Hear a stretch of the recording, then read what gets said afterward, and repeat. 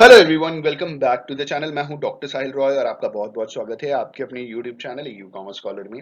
दोस्तों, आज हम बात करेंगे यूनिवर्सिटी ऑफ इलाहाबाद के बीकॉम पार्ट वन के बिजनेस इकोनॉमिक्स के पास्ट ईयर पेपर्स के बारे में। जी हाँ दोस्तों, आज हम जानेंगे कि भाई बिजनेस इकोनॉमिक्स में जो पास्ट ईयर्स में कौन कौन से चैप्टर्स में से क्या क्या सवाल कितने मार्क्स के लिए पूछे गए थे, आज हम उसे रिव्यू करने वाले हैं। ये हमारा पार्ट वन है। इसके बाद आपको पार्ट टू जल्द ही मिल जाएगा, परेशान मत होइएगा। वो भी हमारे पास सारे क्वेश्चंस हैं, उनको भी हम बहुत जल्दी वीडियो बना करके अपलोड कर देंगे। और ध्यान रखिएगा, जैसे कि बिजनेस लॉ में हमने 2 पार्ट में वीडियोस अपलोड किए थे, सारे चैप्टर्स कवर किए थे और उसी में से क्वेश्चन पेपर में क्वेश्चंस आए थे। सेम बिजनेस इकोनॉमिक्स को भी पूरे वीडियो को पूरा डिटेल में देखिएगा और एनालिसिस को समझिएगा, क्योंकि यहां से भी क्वेश्चंस 100% आने वाले हैं। आइए शुरुआत करते हैं। हमारा जो पहला चैप्टर है वो है nature and scope of business economics. अच्छा, यहाँ मैं आपको एक और बात बताना चाहता हूँ कि हमने इकोनॉमिक्स के ऊपर ऑलरेडी बहुत सारे वीडियोस बना रखे हैं। लिंक आपको डिस्क्रिप्शन में दे दूंगा, उन वीडियोस को जरूर से देखिएगा। वो वीडियोस आपके लिए बहुत ज्यादा हेल्पफुल हैं। ठीक है, जब मैं वीडियोस बना करके अपलोड कर रहा था तो हमने अपने टेलीग्राम चैनल पे भी उसको हमने शेयर किया था। तो अगर आपने टेलीग्राम चैनल ज्वाइन नहीं किया तो ज्वाइन कर सकते हैं, आपको वो सारे वीडियोस मिल जाएंगे। और बीकॉम पार्ट वन नाम की एक हमने सीरीज बना रखी थी, जिसमें भी हमने ऑलमोस्ट ज्यादातर आपके बिजनेस इकोनॉमिक्स के चैप्टर्स को अपलोड किया था। तो अगर आपने वो वीडियोस नहीं देखे तो लिंक डिस्क्रिप्शन में दे देंगे, उसको जरूर से चेकआउट कीजिएगा। ठीक है, आइए शुरुआत करते हैं और जानते हैं nature and scope of business economics. ये पहला चैप्टर है हमारा। इसमें पहला सवाल पूछा गया है 1998 में। सवाल है, define business economics and analyse the ways in which it goes to improve the quality of business decisions. ठीक है, 20 मार्क्स के लिए लॉन्ग क्वेश्चन है। दूसरा क्वेश्चन 1999 में पूछा गया है, how is the study of business economics is useful in the practical decision process of a business unit. ठीक है, ये 20 मार्क्स के लिए पूछा गया है। अगला क्वेश्चन 2001 में पूछा गया है, discuss the nature and scope of business economics. ये इंपॉर्टेंट क्वेश्चन है, 20 मार्क्स के लिए पूछा गया है, तैयार कर लीजिएगा। अगला क्वेश्चन 2002 में पूछा गया है, डिफाइन बिजनेस इकोनॉमिक्स। तो देखिए, nature and scope of business economics पूछे तो भी आपको वही लिखना है, बिजनेस इकोनॉमिक्स को डिफाइन करने के लिए 20 मार्क्स में पूछे तो भी वही सारी चीजें लिखनी है, तो 20 नंबर के लिए तैयार कर लीजिएगा। अगला क्वेश्चन 2003, 2005, 2009, 2012, 2014 में रिपीट हुआ है। क्वेश्चन है, discuss the nature of business economics. और ये सिर्फ 5-5 नंबर में पूछा गया है, ये 20 नंबर में भी पूछ सकते हैं। तो जब बिजनेस का नेचर पूछ लिया जाए तो स्कोप भी बता दीजिए, डेफिनेशन भी दे दीजिए, सारी चीजें बता दीजिए 20 मार्क्स के लिए। वैसे भी आपका 25 मार्क्स का पेपर होने वाला है। ठीक है, आगे बढ़ते हैं। अगला क्वेश्चन 2 बार पूछा गया है, 2006 और 2015 में। What is the scope of business economics, 5 marks के लिए पूछा गया है। अगला क्वेश्चन 2007 में पूछा गया है, express functional concept of business economics, 5 number के लिए पूछा गया है। अगला क्वेश्चन 2008 में पूछा गया है, define business economics and give its main features, 5 number के लिए क्वेश्चन पूछा गया था। अगला क्वेश्चन 2010 में 5 मार्क्स के लिए पूछा गया था और क्वेश्चन था, explain the concept of business economics. यानी आप ये जो बिजनेस इकोनॉमिक्स है ना, इसको अच्छी तरीके से तैयार कर लीजिए, क्योंकि यही घुमा फिरा करके पूछ रहे हैं और आपको यही लिख करके आना है। तो अच्छे से तैयार कर लीजिएगा, 5 नंबर हो या 20 नंबर हो, इस हिसाब से तैयार कीजिए कि आप 20 नंबर में भी लिख करके आ सकें। अगला क्वेश्चन 1995 और 2000 में पूछा गया है, define business economics and state how business economics is useful for business decision making. ठीक है, ये 20 मार्क्स के लिए पूछा गया है। अगला क्वेश्चन 1996 में पूछा गया, study of business economics plays an important role in decision making process. In the light of this statement discuss the nature and scope of business economics. ठीक है, 20 मार्क्स के लिए सवाल पूछा गया। अगला क्वेश्चन 1997 में पूछा गया, क्वेश्चन है, define business economics, explain the various functions of business economist. ठीक है, बिजनेस इकोनॉमिस्ट के जो फंक्शंस होते हैं वो आप बताइए, 20 मार्क्स के लिए पूछा गया। अगला क्वेश्चन 2013 में 5 नंबर के लिए पूछा गया था, outline the importance of business economics. अगला क्वेश्चन 2004 में फॉर 5 मार्क्स पूछा गया था, how is business economics different from economics, briefly describe. कैसे बिजनेस इकोनॉमिक्स जो है वो इकोनॉमिक्स से अलग है, 5 नंबर में इन्होंने पूछा है आपसे। अगला क्वेश्चन 2004 में पूछा गया था कि business economics is both science and arts, it is prescriptive not descriptive. ठीक है, justify this statement and outline the scope and the significance of business economics, 20 marks के लिए सवाल पूछा गया था। अगला क्वेश्चन 2016 में पूछा गया था, state in brief the subject matter of business economics, 5 marks के लिए। ठीक है, अब हमारा अगला चैप्टर है यूटिलिटी एनालिसिस। ठीक है, इसके हम पास्ट क्वेश्चंस देखते हैं। इसका पहला क्वेश्चन 2010 में, 13 में और 15 में 20 मार्क्स के लिए रिपीट हुआ है और क्वेश्चन है, critically examine the law of equi marginal utility. Important है, हमने वीडियो बना रखा है, लिंक डिस्क्रिप्शन में मिल जाएगा, चेकआउट जरूर कीजिएगा। अगला क्वेश्चन 2001 में, short notes on utility analysis, 5 number के लिए। अगला क्वेश्चन 2005 में, when marginal utility is zero, total utility is maximum, explain कीजिए। ग्राफ बनाना जरूरी है, प्लीज ध्यान दीजिएगा कि आपका ग्राफ होना जरूरी है। X axis, Y axis, origin बता करके आपको पूरा का पूरा ग्राफ एक्सप्लेन करना जरूरी है, तो ग्राफ जरूरी है। और पेन से मत बनाइएगा, पेंसिल से बनाइएगा, ठीक है, इंपॉर्टेंट चीज। अगला क्वेश्चन 2008 और 2014 में पूछा गया है, what is law of diminishing utility, are there any exceptions, discuss. ठीक है, लॉ ऑफ डिमिनिशिंग यूटिलिटी क्या है, ठीक है, और उसके कुछ एक्सेप्शंस होते हैं तो बताइए, 20 नंबर के लिए पूछा गया है। अगला है 2012 में पूछा गया क्वेश्चन 5 नंबर के लिए, डिफाइन यूटिलिटी। ठीक है, आपको मालूम है ना, want satisfying power of a commodity is called utility, तो ये एक्सप्लेन कर दीजिएगा 5 नंबर के लिए। वैसे 5 नंबर के सवाल नहीं आ रहे, ज्यादातर तो 20 नंबर वाले रिपीट हो रहे हैं। अगला जो हमारा चैप्टर है वो कंज्यूमर सरप्लस। ठीक है, ध्यान दीजिएगा, सिलेबस के हिसाब से तैयारी करना है आपने। अगला क्वेश्चन 2004 में पूछा गया है, मतलब पहला question, is consumer surplus theory based on questionable assumptions, state and give arguments, 5 number के लिए सवाल पूछा गया है। अगला क्वेश्चन 2008 में पूछा गया, what is consumer surplus, 5 marks के लिए। अगला क्वेश्चन 1996 और 2000 में रिपीट हुआ है, explain the concept of consumer surplus, how can it be measured. ठीक है, 20 मार्क्स के लिए पूछा गया है। अगला क्वेश्चन 1998 और 2001 में पूछा गया है, short note on consumer surplus, 10 marks के लिए पूछा गया है। ठीक है, कंज्यूमर सरप्लस बहुत इंपॉर्टेंट है, आप देख रहे हैं बार बार कंज्यूमर सरप्लस पूछा जा रहा है। अगला क्वेश्चन 2013 में, discuss the Marshallian approach to consumer surplus, 20 marks, important question. Marshall का जो अप्रोच था ना, प्रोफेसर जो इकोनॉमिस्ट मार्शल थे, प्रोफेसर थे एक्चुअली वो, तो उनका अप्रोच पूछा गया कंज्यूमर सरप्लस में क्या था। अगला क्वेश्चन 2015 में पूछा गया, describe the limitations of Marshallian approach to consumer surplus, 5 number के लिए। तो मार्शेलियन अप्रोच अच्छे से तैयार कर लीजिएगा, कुछ भी पूछे पूरा अप्रोच लिख करके चले आइएगा। ठीक है, वैसे भी लॉन्ग आने वाले हैं सारे के सारे। अगला चैप्टर है हमारा डिमांड एनालिसिस, इसके पास्ट क्वेश्चंस हम देख लेते हैं। हमारा पहला क्वेश्चन है 2006 में पूछा गया है, explain the law of demand, बहुत इंपॉर्टेंट है, वीडियो बनाए, डिस्क्रिप्शन में मिल जाएगा, 5 नंबर के लिए पूछा गया है। अगला क्वेश्चन 2009 और 14 में पूछा गया है, state the exception of law of demand. ठीक है, लॉ ऑफ डिमांड के एक्सेप्शन पूछा गया है 5 नंबर के लिए। अगला question 1995, what is demand and how does it differ from want, also state the factors leading to a change in demand. ठीक है, 20 मार्क्स के लिए सवाल पूछा गया है। अगला क्वेश्चन 1998 में पूछा गया, explain critically the law of demand. Again law of demand बहुत ही ज्यादा इंपॉर्टेंट है, प्लीज सबसे पहले तो आपको यही तैयार करना है लॉ ऑफ डिमांड, और डिमांड चैप्टर से कुछ भी पूछे तो लॉ ऑफ डिमांड एक्सप्लेन कर दीजिएगा। ठीक है, 10 नंबर के लिए इंपॉर्टेंट है। अगला क्वेश्चन 2007 में पूछा गया, the price demand curve tends towards from left downwardly, discuss this statement critically with the help of suitable diagram. ठीक है, याद रखिएगा जिन जिन क्वेश्चंस में डायग्राम बनते हैं, क्योंकि आपके सारे लॉन्ग क्वेश्चंस आने वाले, इवन शॉर्ट क्वेश्चन भी अगर वो पूछ लेते तो डायग्राम वाले क्वेश्चंस में डायग्राम बनाना बहुत जरूरी है, ग्राफ बनाना बहुत जरूरी है। ठीक है, ग्राफ के बिना मार्क्स नहीं मिलेगा आपको, 10 नंबर के लिए इसे तैयार कर लीजिएगा। अगला क्वेश्चन 2010 में पूछा गया, write short notes on law of demand. Again law of demand बार बार पूछ रहे हैं, लॉ ऑफ डिमांड का ग्राफ बनाना जरूरी है, 10 नंबर के लिए पूछ रहे हैं।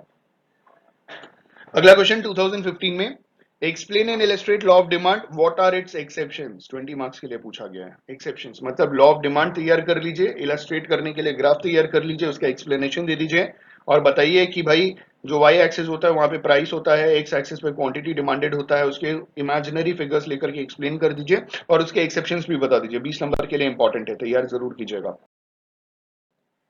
अगला क्वेश्चन 2001 में पूछा गया, discuss the role of price, income, price of related goods and advertising as factors determining demand. ठीक है, 10 मार्क्स के लिए पूछा गया। अगला क्वेश्चन 2003 में पूछा गया, what is elasticity of price demand, मतलब प्राइस इलास्टिसिटी ऑफ डिमांड जिसे हम कहते हैं, और उसके अलग अलग जो डिग्रीज होते हैं ना, उसके भी ग्राफ बना करके आप तैयार कर लीजिएगा। 5 नंबर में पूछा है, 25 नंबर में डिटेल में एक्सप्लेनेशन पूछ सकते हैं आपसे। अगला क्वेश्चन 2009 में, describe the various degrees of elasticity of price demand with the help of price demand with the help of a diagram. ठीक है, वो डायग्राम वाला वही सेम रिपीटेड क्वेश्चन, 20 मार्क्स जैसे मैंने बोला था। अगला क्वेश्चन 1998 में, discuss clearly the concept and forms of elasticity of demand, 20 marks के लिए। ठीक है। अगला क्वेश्चन 2006 में पूछा गया है, bring out the various degree measurement application of the price elasticity of demand for 20 marks. ठीक है। अगला क्वेश्चन 2008 में पूछा गया है, what are the determinants of elasticity of demand for 5 marks. अगला क्वेश्चन 1995 में, what do you understand by elasticity of demand, discuss its kinds, also explain the factor affecting elasticity of demand for 20 marks. ठीक है। अगला question 2015 में पूछा गया है, what are the determinants of demand, 5 number के लिए। भाई डिटर्मिनेंट्स या फैक्टर्स, डिटर्मिनेंट्स का मतलब नॉर्मली फैक्टर्स होते हैं, डिमांड करने के लिए क्या क्या फैक्टर्स होते हैं, इनकम होता है, जो भी। ठीक है, आप देख लीजिएगा। अगला 1997 और 2000 में बताया है, मतलब क्वेश्चन पूछा था, explain the degree of price elasticity of demand, discuss the main method adopted to measure the elasticity of demand for 20 marks। ठीक। क्वेश्चन 2006 में पूछा गया था, bring out the various degree measurement and application of price elasticity of demand, ये 20 marks के लिए पूछा गया था। ठीक है। अगला क्वेश्चन 2008 में पूछा गया था, explain the nature of elasticity of demand, how is it measured, 20 marks के लिए इंपॉर्टेंट क्वेश्चन है। अगला क्वेश्चन 2012 में पूछा गया था, what is elasticity of demand, discuss the proportionate method of determining the elasticity of demand. ठीक है, 20 मार्क्स के लिए। अगला क्वेश्चन 2016 में, how would you measure the price elasticity of demand for 5 marks. अगला क्वेश्चन 2013 में, define elasticity of price demand या price elasticity of demand. ठीक है, 5 मार्क्स। आपको मालूम है ना, प्राइस कम होने से डिमांड बढ़ जाती है, इलास्टिसिटी का मतलब जो बढ़ जाए घट जाए, और जो इन इलास्टिक होता है वो जैसे आप समझिएगा कि जो नेसेसिटी है, जैसे सॉल्ट है, वो जरूरत से ज्यादा अगर उसका प्राइस कम भी हो जाएगा तो भी जितनी डिमांड है उतनी रहेगी ना, ऐसा थोड़ी ना कि हम उसको ज्यादा खाने लग जाएंगे। ठीक है। तो यहाँ इन्होंने बोला कि डिफाइन कीजिए elastic price elasticity of demand को। अगला जो हमारा चैप्टर है वो डिमांड फोरकास्टिंग। ठीक है।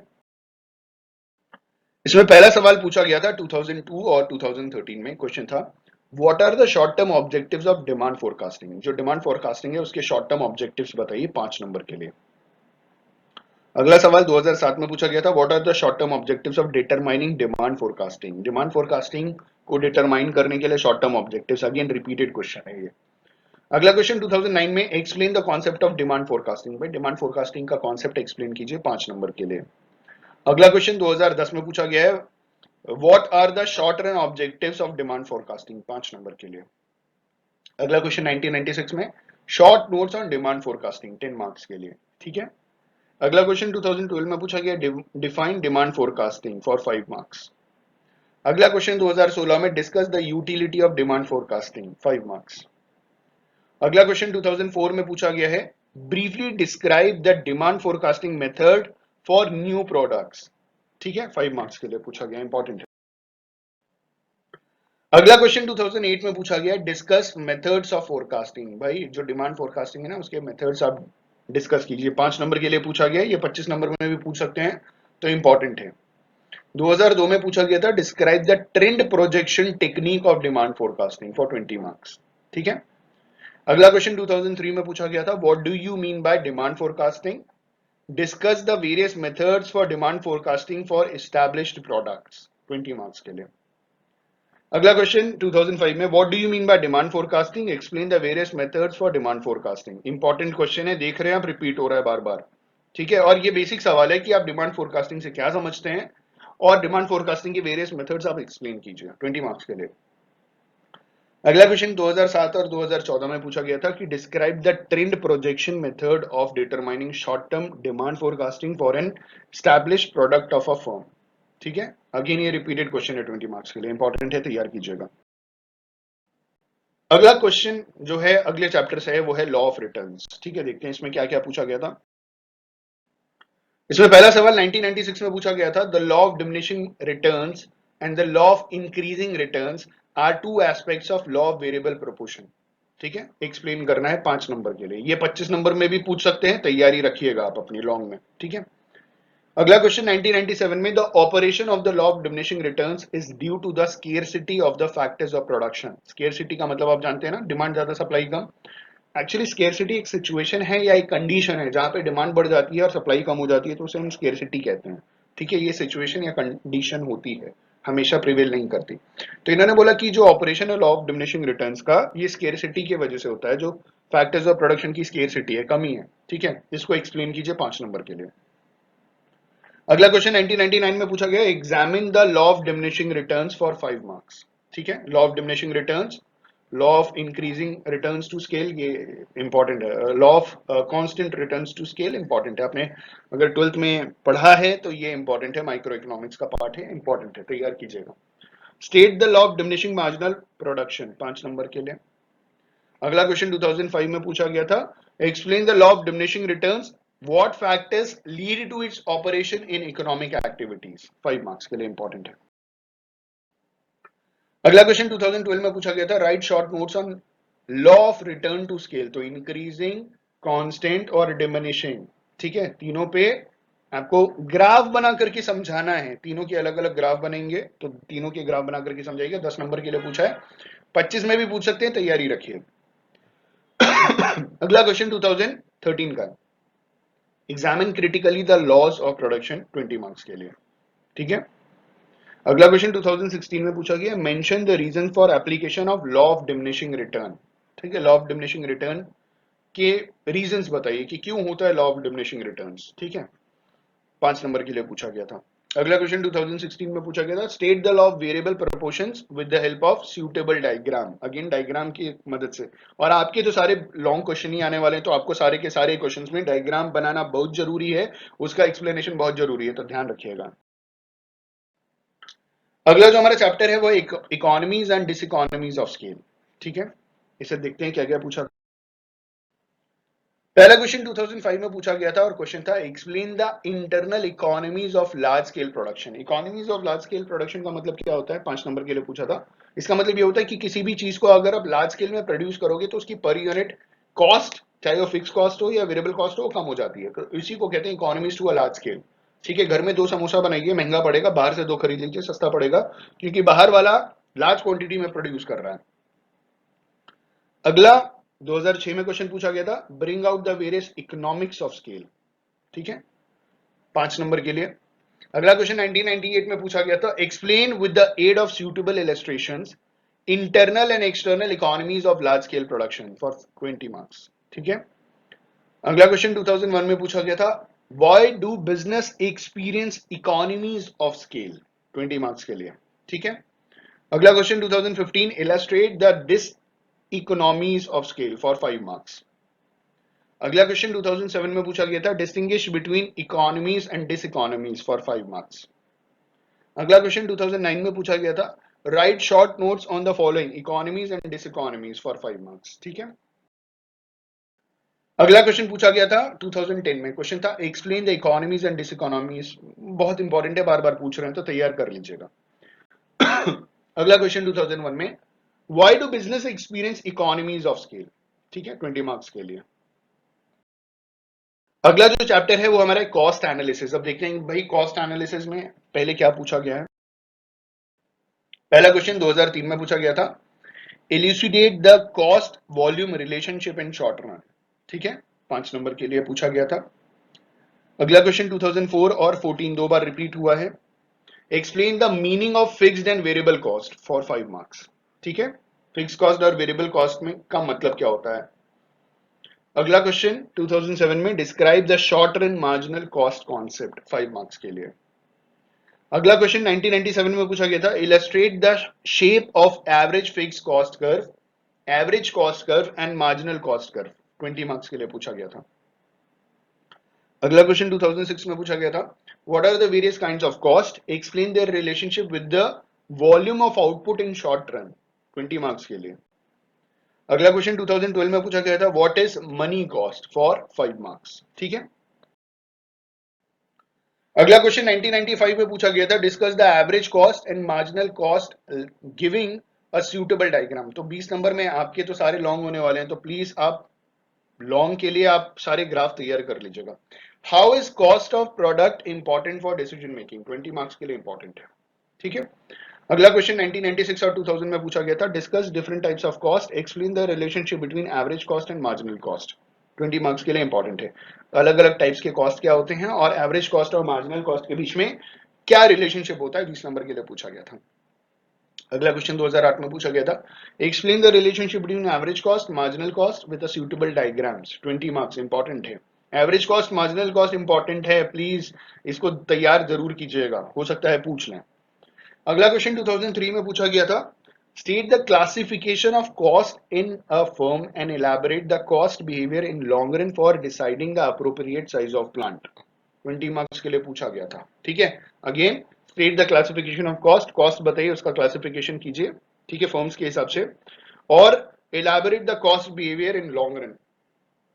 तो लॉन्ग रन में जो कॉस्ट बिहेवियर है उसे प्लांट अप्रोप्रिएट प्लांट के साइज के हिसाब से ग्राफ बना करके एक्सप्लेन कीजिए। अगला क्वेश्चन 2012 में पूछा गया है, exhibit relationship between long run marginal cost, long run average cost and output level with the help of suitable diagram, 20 marks के लिए। देखिए long run marginal cost important है, long run average cost important है, और output level ये diagram बनाना जरूरी है, ग्राफ बनाना जरूरी है।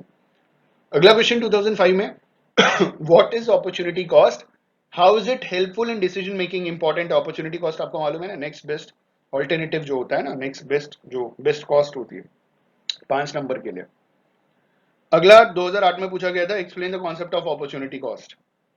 2009 में पूछा गया था, write short notes on opportunity cost. 2002 में पूछा गया था 20 मार्क्स के लिए, explain the opportunity cost concept. Again opportunity cost में आपको क्या कर रहे हैं, ग्राफ बना करके एक्सप्लेन कर रहे हैं।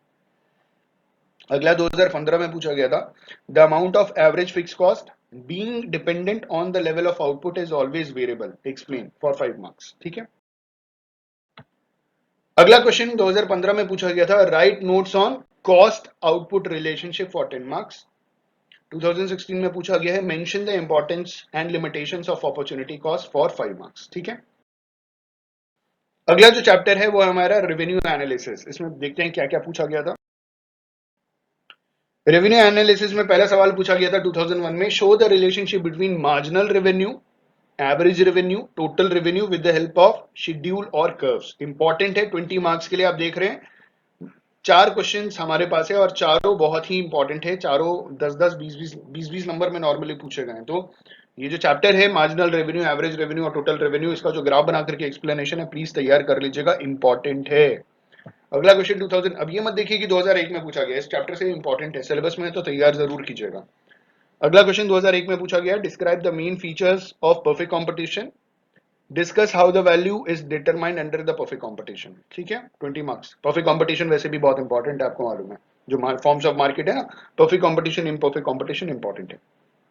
अगला 2001 में पूछा गया है, what is monopoly, state the factors which give rise to monopoly, 20 marks के लिए इंपॉर्टेंट है। तो मोनोपोली का मतलब ये होता है कि आप जो प्रोडक्ट बेच रहे हो उसका कोई क्लोज सब्सटीट्यूट नहीं है।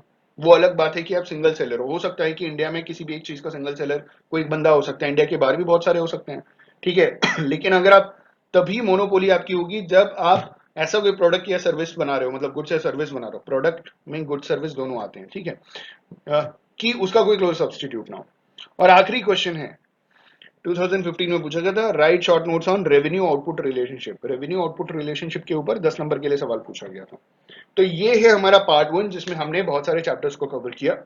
पार्ट 2 भी बहुत जल्दी मिल जाएगा, वीडियो को पूरा देखिएगा। वीडियो अगर आपको लग रहा है कि हम मेहनत कर रहे हैं तो प्लीज लाइक जरूर कीजिएगा, अपने दोस्तों से शेयर जरूर कीजिएगा, चैनल को सब्सक्राइब नहीं किया तो प्लीज कर लीजिएगा। On this note, thank you so much for watching this video, have a good day and all the best for your examinations.